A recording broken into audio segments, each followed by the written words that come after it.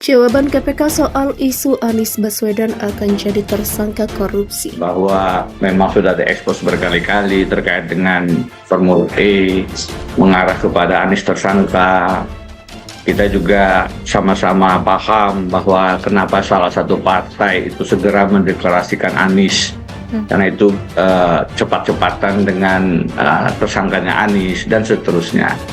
Jadi saya hanya mengkonfirmasi lagi beberapa informasi yang sudah muncul itu, tentu ditambah dengan informasi-informasi baru yang menguatkan bahwa memang ada upaya penjagalan Anies sebagai capres. Upaya penjagalan Anies sebagai capres itu sudah saya tulis sejak lama juga. Hampir seluruh yang dikatakan itu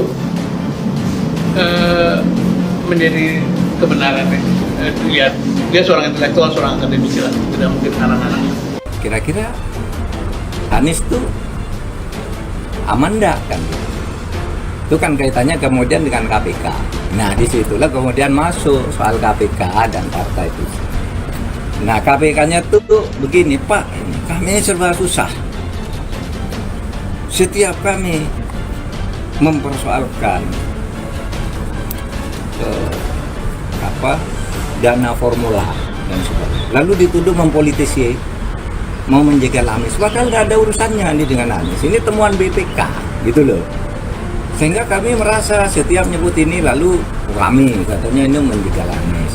Nah disitulah terjadi diskusi-diskusi saya dengan Denny gitu ya. Memang sih kadangkala isu politiknya macam-macam. Saya bilang pokoknya kalau hukum tegakkan tanpa pertimbangan politik, nggak usah tanya ke pemerintah.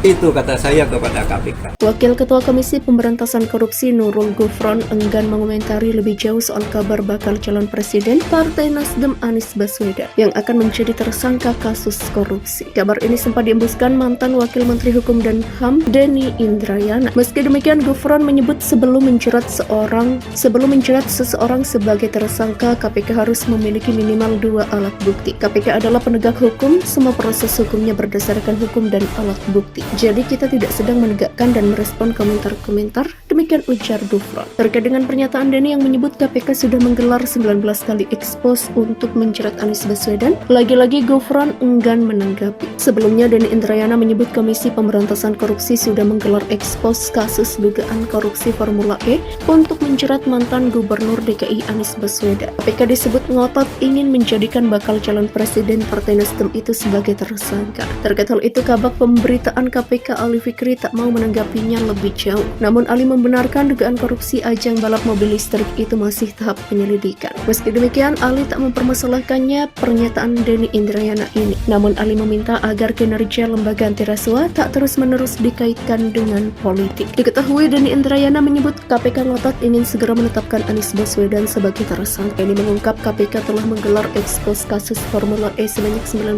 kali demi menjerat Anies Baswedan. Denny mengaku mendengar kabar itu dari anggota DPR.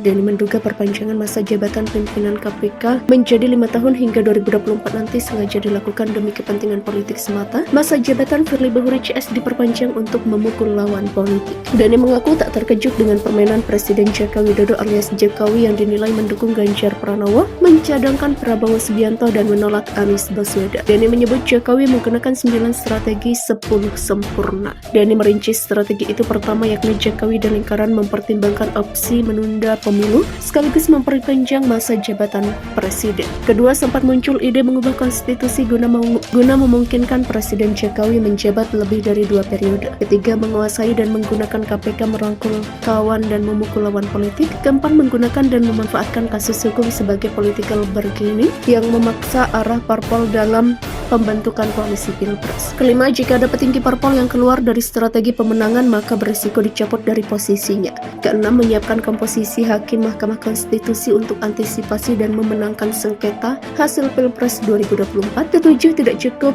hanya mendukung pencapresan Ganjar Pranowo, Jokowi juga memberikan dukungan kepada Prabowo Subianto. Kedelapan, Jokowi membuka opsi mentersangkakan Anies Baswedan di KPK. Kesembilan, mengambil alih Partai Demokrat melalui langkah politik yang dilakukan Kepala Staf Kepresidenan Kepresidenan Muldoko. Dan terakhir yang menyempurnakan adalah dengan berbohong kepada publik. Lagi-lagi Gufron enggan menanggapi. Sebelumnya Denny Indrayana menyebut Komisi Pemberantasan Korupsi sudah menggelar ekspos kasus dugaan korupsi Formula E untuk menjerat mantan Gubernur DKI Anies Baswedan. KPK disebut ngotot ingin menjadikan bakal calon presiden Partai Nasdem itu sebagai tersangka. Terkait hal itu, Kabak Pemberitaan KPK Ali Fikri tak mau menanggapinya lebih jauh. Namun Ali membenarkan dugaan korupsi ajang balap mobil listrik itu masih tahap penyelidikan. Meski demikian, Ali tak mempermasalahkannya pernyataan Denny Indrayana ini. Namun Ali meminta agar kinerja lembaga anti rasuah tak terus-menerus dikaitkan dengan politik. Diketahui Denny Indrayana menyebut KPK ngotot ingin segera menetapkan Anies Baswedan sebagai tersangka. Denny mengungkap KPK telah menggelar ekspos kasus Formula E sebanyak 19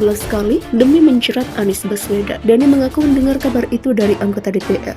Denny menduga perpanjangan masa jabatan pimpinan KPK menjadi 5 tahun hingga 2024 nanti sengaja dilakukan demi kepentingan politik semata. Masa jabatan Firly Bahuri CS diperpanjang untuk memukul lawan politik. Denny mengaku tak terkejut dengan permainan Presiden Joko Widodo alias Jokowi yang dinilai mendukung Ganjar Pranowo, mencadangkan Prabowo Subianto dan menolak Anies Baswedan. Denny menyebut Jokowi menggunakan 9 strategi 10 sempurna. Denny merinci strategi itu pertama yakni Jokowi dan lingkaran mempertimbangkan opsi menunda pemilu sekaligus memperpanjang masa jabatan presiden. Kedua, sempat muncul ide mengubah konstitusi guna memungkinkan Presiden Jokowi menjabat lebih dari 2 periode. Ketiga, menguasai dan menggunakan KPK merangkul kawan dan memukul lawan politik. Keempat, menggunakan dan memanfaatkan kasus hukum sebagai political bargaining yang memaksa arah parpol dalam pembentukan koalisi pilpres. Kelima, jika ada petinggi parpol yang keluar dari strategi pemenangan maka berisiko dicopot dari posisinya.